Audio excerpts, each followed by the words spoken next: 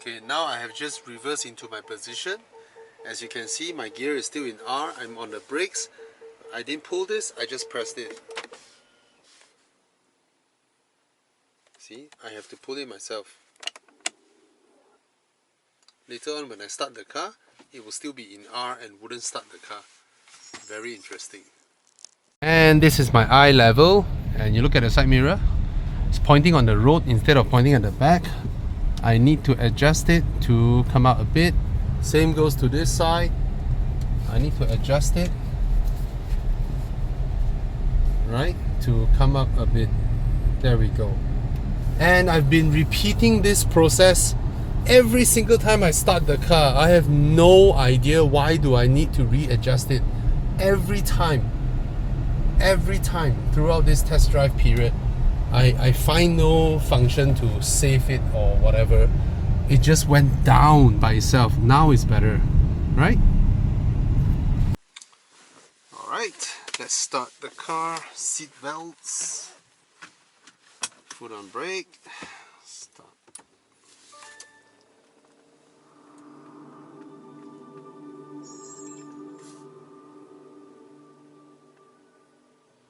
Is this it's not started. It's not started. Please check. Why is my gear in D?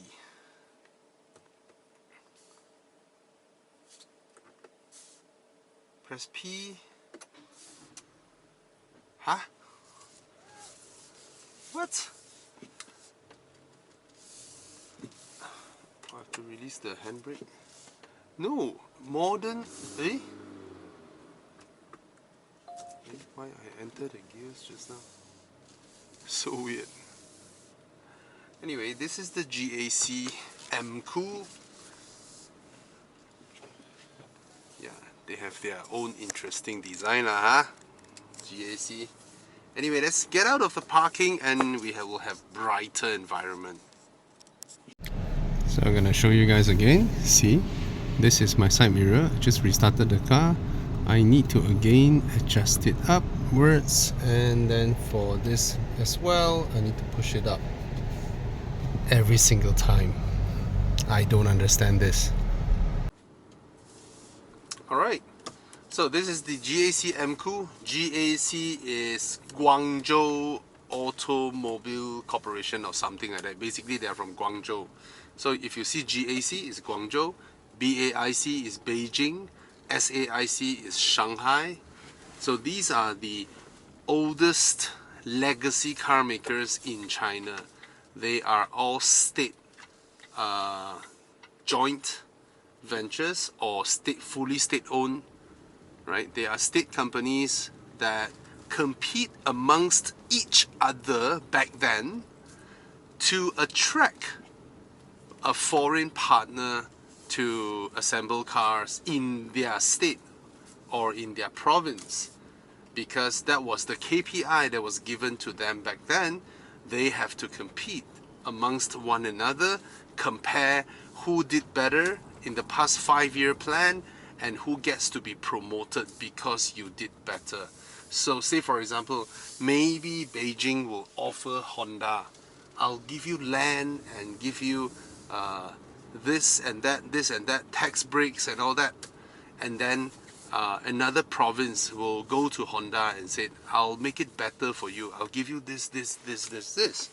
And then Honda or Toyota or Volkswagen will be sitting there looking at the options and say, okay, I'll pick you. Amazing, right? It's like the country, different states government is tabling. Actually, it's a bit like Malaysia as well, right? Selangor wants investment, Penang wants investment, Johor wants investment, and they're fighting one another to attract. Okay, but back then China was very much willing to give because they need job, because they're poor, because they have no technology, no infrastructure, nothing back then. Anyway, so GAC assembles for Toyota and Honda, alright? And in China, you have a Honda that fights against another Honda just because both Hondas partnered with different provinces, okay? And in Japan, they will plan different car models for them to fight. It's a bit like Japan, where you have Toyopet, and then you have another, I forgot their name. So one was created, like Valfire is created for you, Alphard is created for you, right? And then they fight. You have Corolla Axio, and then you have Corolla Altis. So for two dealerships to fight. So in China, Volkswagen have two partners, Toyota I think got two, Honda also got two. Maybe there are plus and minus, but I wouldn't know. So GAC is not a new brand. It's more like, oh, I'm an OEM manufacturer for, it's just like HTC of Taiwan back then, right? They are just an OEM manufacturer for Toshiba, for Compaq and all that. And then they themselves decided to launch their own brand, right? So GAC is, of course, I mean, they're not that new, okay, but it's just that our exposure to them is new. So it's a very established car maker. There are certain legacy car maker practices that comes with these companies.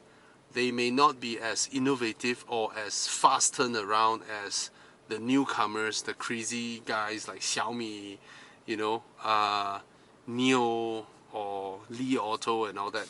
Right? Those don't follow the traditional car maker disciplines per se, right? Not that there's no good or bad. Basically, it's just two very different things. Okay. So how does this car drives? The first thing you will feel is, the first thing that you after you start the car and then you roll off, there will be one thing that pops into your head. What's the engine? What's the transmission? Right? You want to know why? Because it commands your attention, right? Because the moment you go in, you go light-footed, it doesn't really move, and then sometimes it jerks a little bit, sometimes it's smooth. Then that makes you question it. You want to know, you want to question. On the contrary, when I drove the J7 PHEV, I couldn't be bothered what engine or what transmission it has, because the car just goes, the car just accelerates, it's so smooth. So that's the thing. It makes you want to know. Alright, so it's a 1.5 litre engine. This is sort of like, this is almost already like China's preferred template, right? If it is a mass-produced, non-premium segment, you will have a 1.5. If it is a premium one with some plug-in hybrid, some high horsepower stuff, it will be a 2 litre, right? That's about it, most of them. So 1.5, 3-cylinder, is it 3-cylinder? I'm not sure if it's 3-cylinder. It's 1.5. Maybe it's not 3-cylinder, because Chinese, they really don't like 3-cylinders. They don't like the sound of it. Not necessarily the vibration or engine sound or whatever, but they just, when they hear 3-cylinder, they felt it's not atas enough. Yeah, if that's even a thing. Okay, it's a 4-cylinder, 177 horsepower. This is identical to the Proton X70, right? 4-port engine, 177 horsepower, 7-speed dual clutch. It's a wet clutch. 0 to 100 supposedly 8.8 seconds, and fuel consumption supposedly 6.6 liters per 100 km. Yeah, so these are the basic specs. Oh, 130,000, not cheap, not cheap. But later I'll talk about this interior. So far there's a lot of feel-good materials in the car. As for the drive, at first my attention got grabbed by how the car lurches, you know, the transmission lurches. Actually, even the X70 has a little bit of that from the initial get-go, alright. And then the ride quality. Now I can't demonstrate the ride quality because it's in traffic jam. Now the only thing I can demonstrate is adaptive cruise control. Let's turn it on, and let's increase. What do I increase here? That's oh, increase by meters. Wow. What about the speed? Press this to increase the speed to... The heads-up display is very good, very usable. Important information is there without fancy stuff. You can't see that, I can see. And it's pretty high res, well calibrated. Okay, I did not want to turn on the lane keep assist because I want to let motorcycles pass. Okay, let's see how the car brakes. Hope it's good. Why is there a meter? And then there is also this. Whoa, whoa, whoa, whoa. Okay, I'll learn about it later. Okay, I turn on lane keep as well, so I'll leave my hands free. Let's see if I pull the steering, what would the car do? Okay, it doesn't turn off other things, but it fights with me. Ooh. Okay, so I'll leave it there and see how the car reacts. Okay, it's following the middle lane. Oh, need a lot of force to brake it. There's a motorcycle coming. I can pull my steering, and it did not disable the other things, but the way the way it reactivates back, and the way it pulls itself back into the middle of the lane is a bit unnerving. Let me take it off. Wait, I did not turn off everything. I only turned off the lane keep. Wait. Let me set. Okay, please set. Okay, it's back. Increase the speed to 65, 70, and then in terms of distance, okay, this is the furthest. Let's see what distance it keeps. Right. Yeah. So a little bit better than Cherry Groups. Cherry Group, if you want to align your car, the moment you pull the steering wheel, it will even turn off the adaptive cruise control, because, like I said, different company, different legal department logic, right? If you want to take over, I'm not responsible for any mishaps, right? That is Cherry's thinking. So far, I still find Geely Group more natural in a way. Okay, and then of course the Europeans, they are pretty good. BMW especially, Volvo not bad. Volvo actually pretty good also, but BMW is really good after they updated it.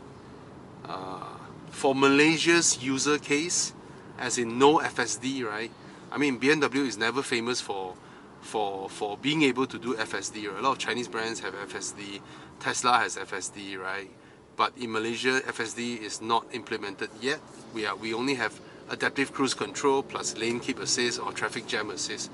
In Malaysia's limited usage scenario, I find BMW even more natural than Tesla, even better than Tesla in that. Okay. Yeah, that's all I can test now, traffic jam. But just now I drove through some speed bumps and turns and all that. Generally speaking, the car's chassis is not bad in handling, but there is a lot of lateral movement that I don't like, especially going through bumps and all that. Okay, anyway, when I drive faster, I'll run the camera again. If not, it's just traffic jam assist. So it has been about 30 minutes, or close to 30 minutes, since I turned on the adaptive cruise control, let it drive by itself, but I'm I am controlling the steering because I need to keep to the right to let motorcycles pass through. So far it's alright, just that I keep hearing the brakes when it's applying brakes, you know, when it's like cruising and then the car in front slow down, you can hear the brakes,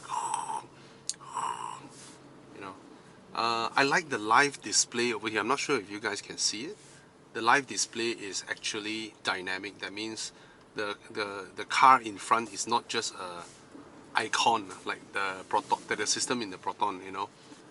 It actually is a live, whatever it sees, a few things, not a lot, it actually displays there, which is good. So far it's managing it pretty well. I haven't come to a situation where a car cuts in and then I let the car deal with that situation. That hasn't happened yet. Very rare case. And like now we come to a full stop. 1, 2, 3, 4. Okay, in the Proton or Volvo, you need to press the button to reactivate it after 2 seconds of halting. Oh, just now there was a slope. Because it's dual clutch, right? There was a slope. When it comes to a halt, the car actually rolled back a little bit and then it applied the brakes itself. That was a little bit scary because of dual clutch. That is the nature of dual clutch. You know, the clutching and declutching part. I don't like dual clutches. But of course PDK is a different beast. PDK is fantastic. But PDK is expensive, it's big. Okay, let's see how the car deal with this. I don't think... okay, I did... Whoa! Fuck, I cannot. I intercept. It's too near. I can't. I felt the car was trying to accelerate, so I intercept. Alright. Perodua does it all the time. Allow you to improve your driving. That's Perodua. Okay. So, yeah. Thank you, Perodua, for improving our situational awareness with your amazing cars and customers. Okay, so now it's locked onto this. So, okay, that's a good example. Yeah, lor. So that's the thing, lor. A lot of Chinese cars, even though they have these features, a lot of Japanese cars, even though they have these features, I tell you, it differs from company to company. And so far still, for mass market cars, I still felt Geely Group allows me to relax the most. Alright. I'm talking about cars that are 100,000+, huh? Okay. Yeah, that's still my opinion as of now. Even though for Proton and Perodua and Volvo, you need to reactivate it by pushing the little button, which is for safety measure. But in terms of dealing with some of these things, I think they are the most relaxed one. There are no weird acceleration or weird brakings, not so often. Okay. Alright, I can't do much. Okay, there is one very weird thing. I've been driving this car for 2 days now. Every single time I start the car, I need to toggle the side mirror adjustment and lift it back up to a better viewing angle. And then on the left side as well, I have to lift the side mirror and then I leave it there. And every single time when I switch off the car, I turn it back on, it goes back to pointing more downwards than I would like it to be. I do not know why the car resets it. Is it something in the memory setting? I can't find a memory button in the car. I mean, if you're telling me that that setting has been locked onto the physical key, let's say if the car gives you 2 keys, like how old BMWs were, they give you 2 keys. Each key is actually a profile. If you use that key to start, you use that key to do what? It will come back to your setting. But there are no memory settings in this car. why the side mirrors, upon turning off the car and restarting the car, the side mirrors will actually point to that angle again and I have to readjust it again. I do not understand. And there's also one thing that I figured out, you know. In many modern cars with electronic gear shifters, alright, electronic gear shifters, right, when you stop your car, let's say you are in drive or in reverse, right, you reverse into your parking spot, you technically do not need to shift back to park, right? You with automatic handbrakes, which is the electronic parking brake, and with an electronic gear shifter and a start-stop button, right, technically speaking, of all the cars that I have driven with these three things, right, once you reverse into your spot, the only thing you need to do is just to turn off the engine. You switch off the engine, the car will know and automatically apply the parking brake, put the car back to park, and off you go, right? This car has a very consistent and reliable proximity locking and unlocking. And amongst all cars with hidden door handles, I think this one has the most ergonomic one and logic. Like the J7 that I drove and the C9 Omoda that I drove, sometimes I walk near the car, it doesn't pop the door handles. Sometimes, most of the time, like 95-96% of the time, it will detect me with proximity and then it unlocks the door or pops the door handle. Once out of the blue moon, somehow the car just remained there and then I have to touch the door handle and then only it pops. This guy here so far for the past 2 days has been pretty consistent, right? The moment I walk near to the distance, boom, the door handles popped up and then I can just pull it to open the door and all that. And the build quality and all that, opening and closing the door, all are fantastic, right? That part of it. But when you reverse into a parking spot and you immediately turn off the car, later when you come back to the car, you put on your seat belts, you step the brakes, you push the start button, it does nothing. Not only it does nothing, it indicates the last gear you were in. This is pretty interesting for a car with an electronic shifter and an electronic parking brake. It's pretty interesting. I have to press P again, then only I start the car. It's as if it is those old, like those Honda City or Vios, right, where your shifter was left in drive or R. This cannot be because this is an electronic shifter. It's just software or firmware that they miss out. They totally miss out on this. When you immediately switch off the car, it should pop back into parking brake. It should have the electronic brakes automatically engaged. But this one, yeah, you can try it if you're test driving, or if you're a salesman for GAC, you can try it. Alright. So just a reminder not to people, because I think the car makers should be the one to adapt to this norm, which is benefits of electronic shifter. Okay, not people have to get used to it. It's the car maker that has to update this. Right? It's just pure software. Okay, so yeah, that is something that I experienced. Okay. All right. No more jam. Car sits well. Good chassis. The brakes just now activated. Very loud. So that is for the vehicle stability control. Right? It came in a while just now, but the chassis is alright. Generally speaking, the suspension is comfortable in terms of up and down motions. It's comfortable. It absorbs. Here a little bit of road roar, but it's alright. Nothing too obvious for this segment.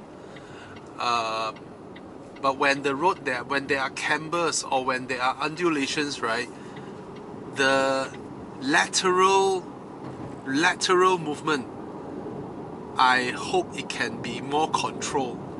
Usually we can deal with, in terms of passenger comfort, right, most people can deal with this pretty well, even if you have a very softly sprung suspension.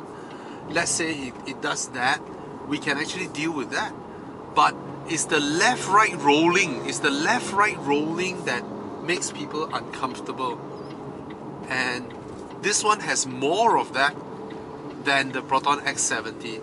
And why I mentioned the Proton X70, this is directly a competitor of the Proton X70, even though this one is slightly more expensive. The highest spec is 130,000, or should it be around the same price? Just very little minor differences there. Okay, so I can remember the X70 really well because I just drove it a couple of... no, I'm supposed to return the X70 today. Okay, so the car is still in my parking lot. I'll talk about design, interior and all that later, but so far in terms of the drive, it's not bad. Steering wheel is good, it's nice, the weighing and all that is good. Handling is okay, you can drive fast and enjoy your drive.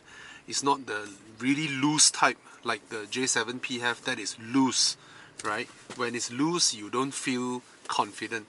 The lights also does some very weird thing. It will do some light show thing halfway while I'm driving, even in daytime. Sometimes I drive, I stop in front of a car, stop behind a car, right? I can see my lights doing that dancing thing for no reason at all. Sometimes I wonder if it will make other people think that I'm flashing them or whatnot. That's a weird thing, and there's no indication when it does that. All I see is the light being illuminated at the back of the other car. So if anyone has an answer to this, why the car does that, please let me know. But overall, everything in the car while I'm driving, when I'm using, everything is alright. Everything seems alright. There is of course a bit of a over design here, but then I'll talk about that later during the walk around. But overall, the thing that always catch your attention is the suspension doing this left right, and the transmission mapping, right? How it lurches forward with slight touch of the throttle pedal, even when you're not in sports mode.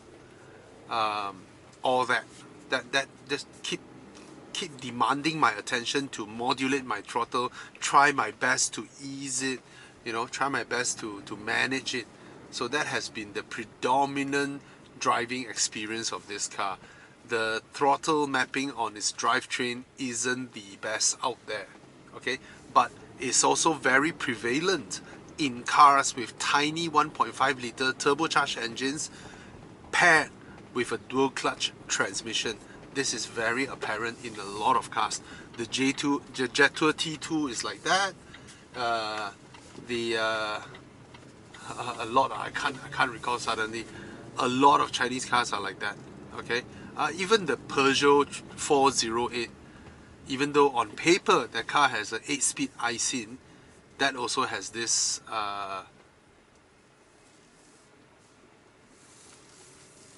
It also has that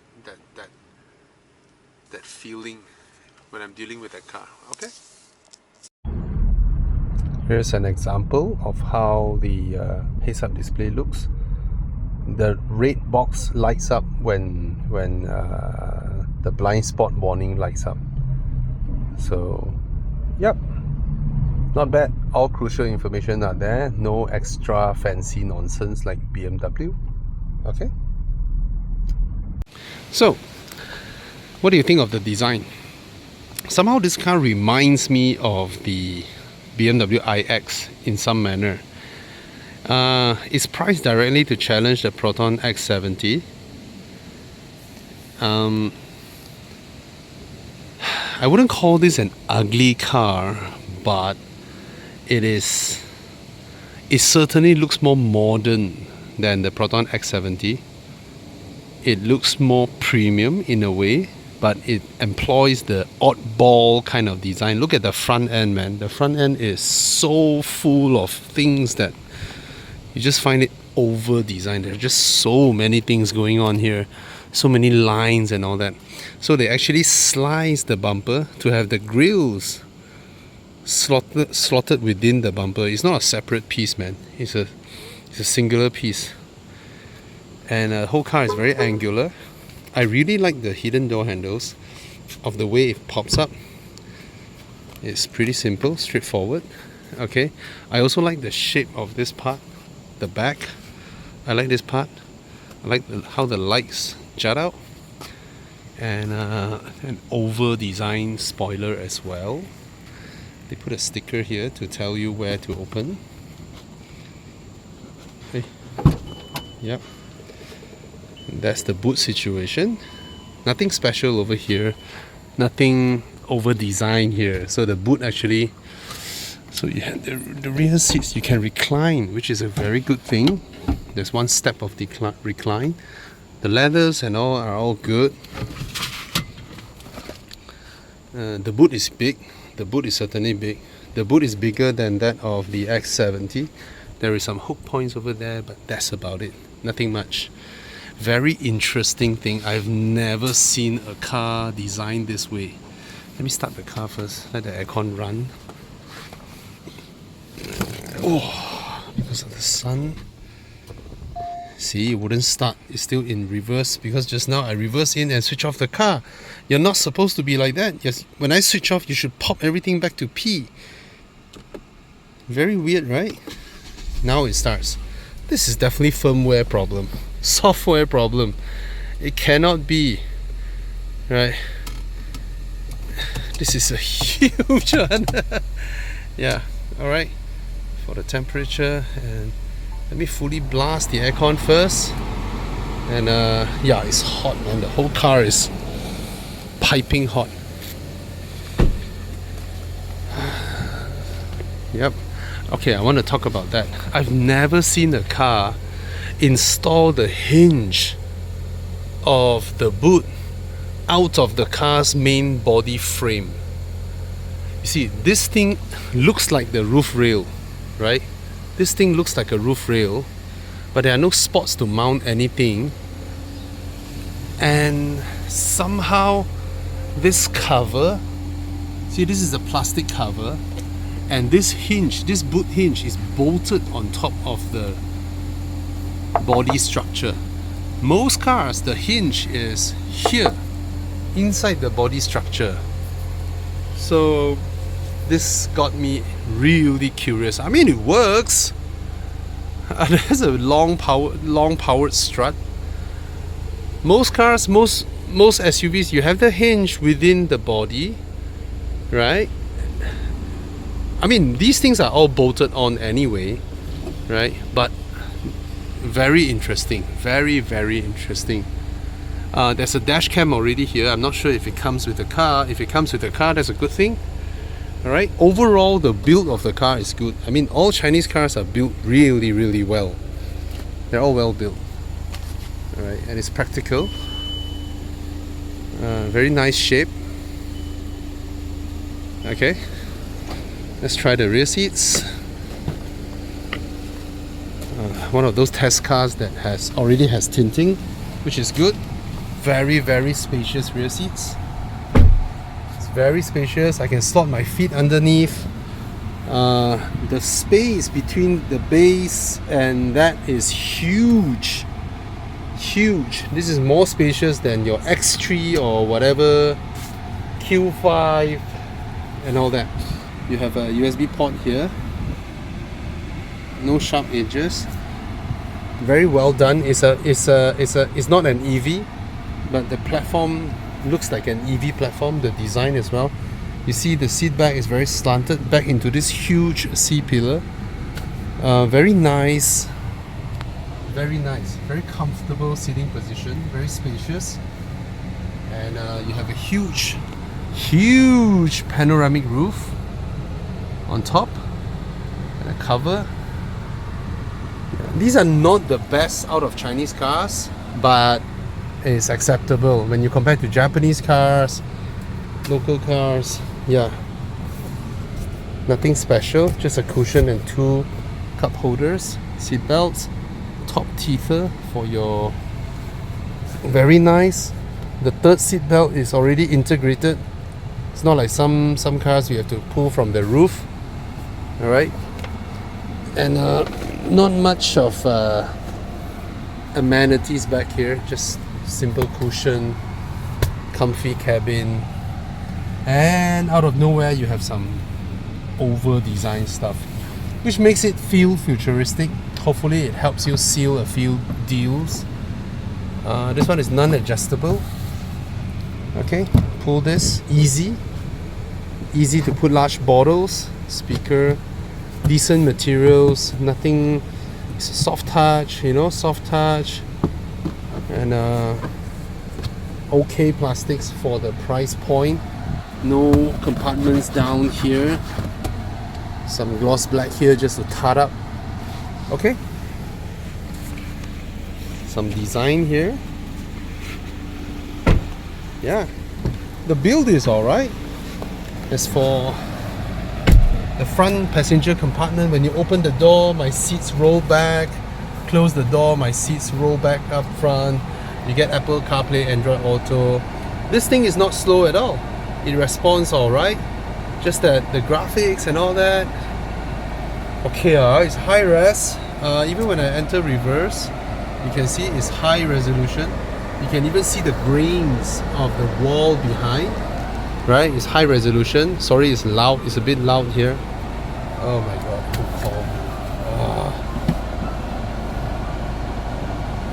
Yeah.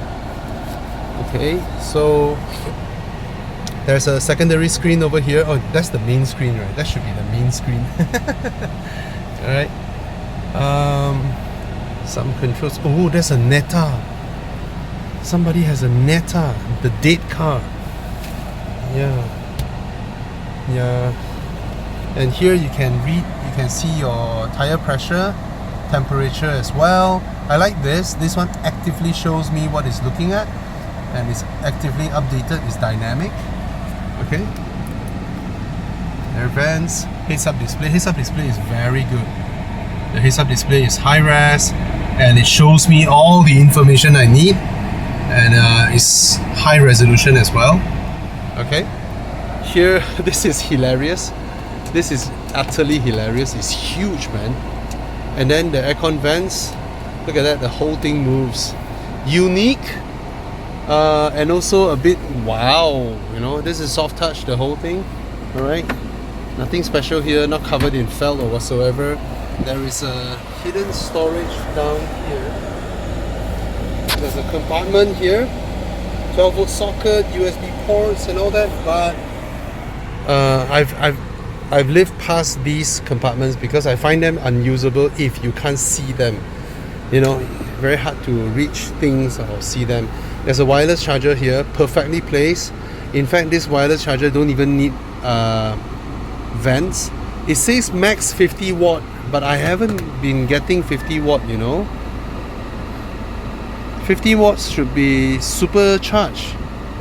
You see, it doesn't.